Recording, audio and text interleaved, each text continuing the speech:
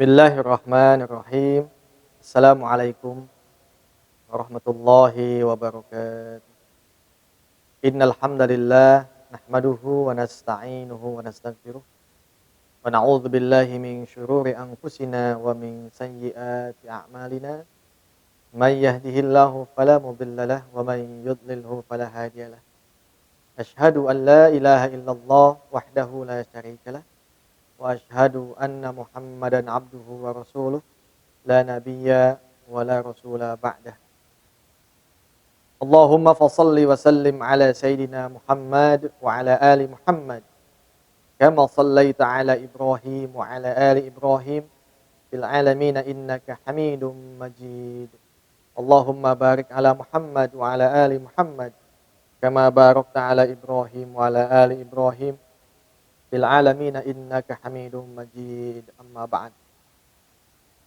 Ikhwan fiddin, kaum muslimin wal muslimat, para pemirsa dimanapun Anda berada, alhamdulillah pada kesempatan yang mulia ini, marilah kita bersama-sama untuk meningkatkan kualitas iman kita, kualitas ilmu kita, sebab kita menghadapi zaman, situasi yang lebih hebat dibandingkan dengan zaman-zaman sebelum kita.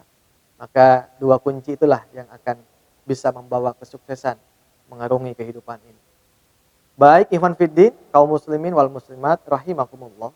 Dewasa ini alat komunikasi itu sudah berubah fungsinya menjadi media informasi, bahkan menjadi media alat hiburan.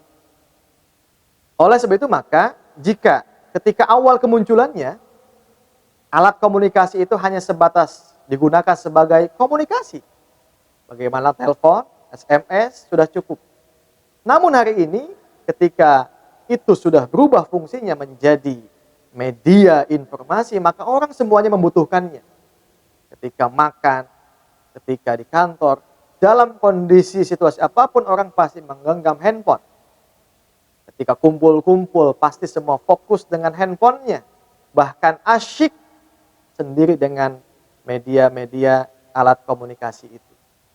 Nah maka tidak sedikit orang yang menjadi jauh, kemudian bahkan juga dekat, tidak saling sapa ketika punya dan asyik dengan dunianya masing-masing. Kenapa? Sebab lagi-lagi alat komunikasi itu sudah berubah fungsinya menjadi media informasi yang menjadi kebutuhan.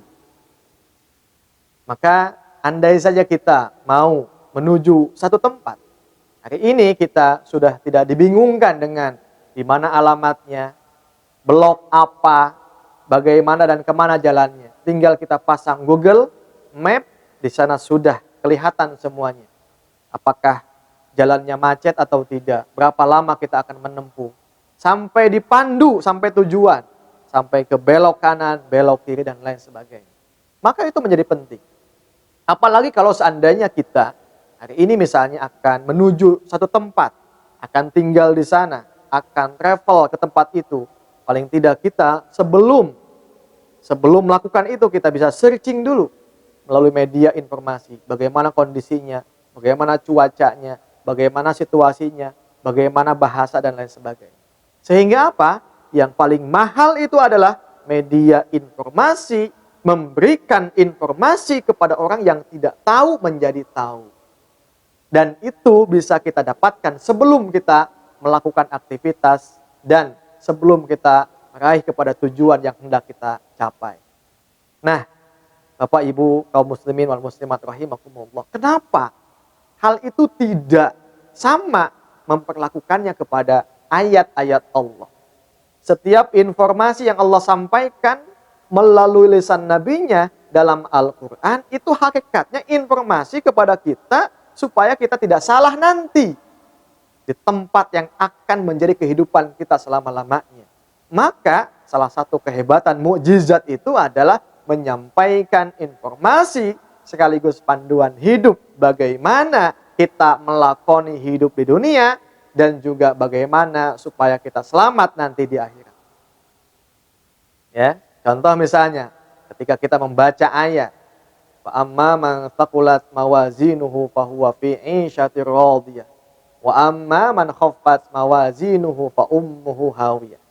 Contoh misalnya ketika Allah mengkaitkan kehidupan kita saat ini selalu ada kaitannya dengan nanti bagaimana. Apakah nanti akan hasil, ada imbasnya, ada efeknya atau tidak. Maka informasi itu menjadi penting. Penting bagi kita yang saat ini kita sedang di dunia.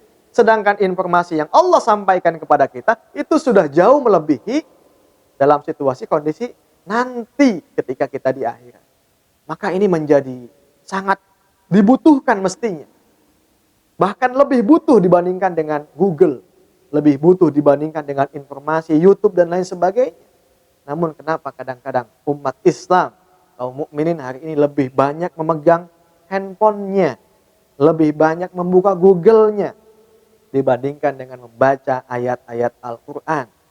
Quran yang 30 juz itu memandu kepada kita, mendekatkan kepada kita situasi kondisi.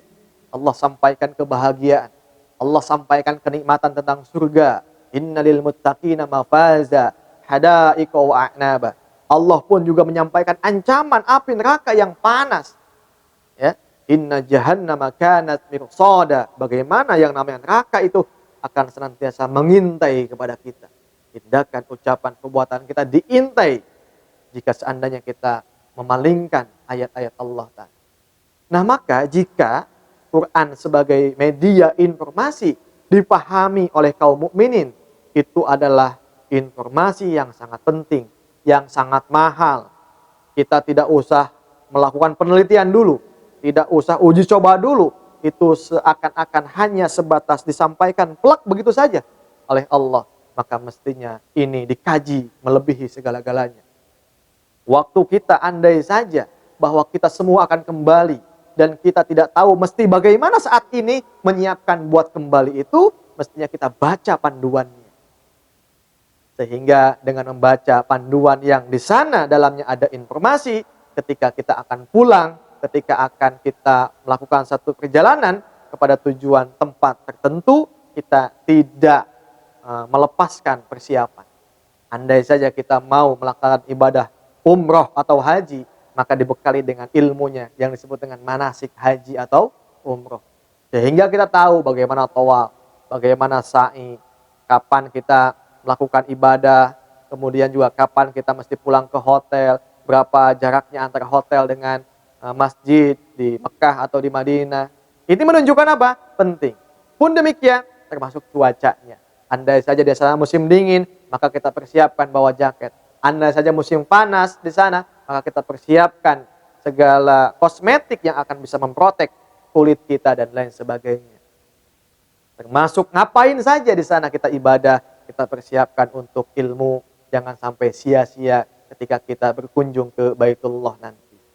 Begitulah kehidupan.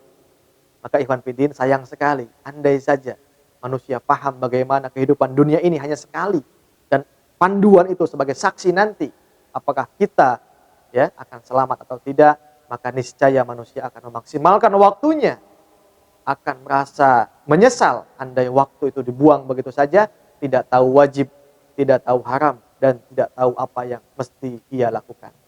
Maka melalui momentum Ramadan kali ini, yuk sama-sama.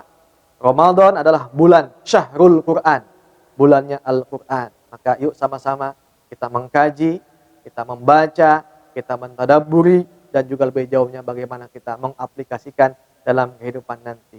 Jangan sampai kita nanti ketika dihisab lisan kita di hadapan Allah, ternyata lisan ini belum maksimal dipakai untuk membaca ayat-ayat Allah. Jangan sampai mata ini nanti dihisab di hadapan Allah tidak sempat, bahkan juga masih banyak waktu dipakai untuk nonton hal-hal yang tidak ada manfaatnya. Jangan sampai tangan ini pun juga nanti dihisab di hadapan Allah, kita tidak bisa melawan atau juga tidak bisa menyampaikan hujahnya ketika tangan ini tidak banyak digunakan pada hal-hal yang positif. Ikhwan fiddin rahimakumullah, mudah-mudahan ada manfaatnya, dan ayo sama-sama bangkit kembali keimanan kita di bulan yang mulia ini. Hadanallahu wa iyyakum ajmain. Assalamualaikum warahmatullahi wabarakatuh.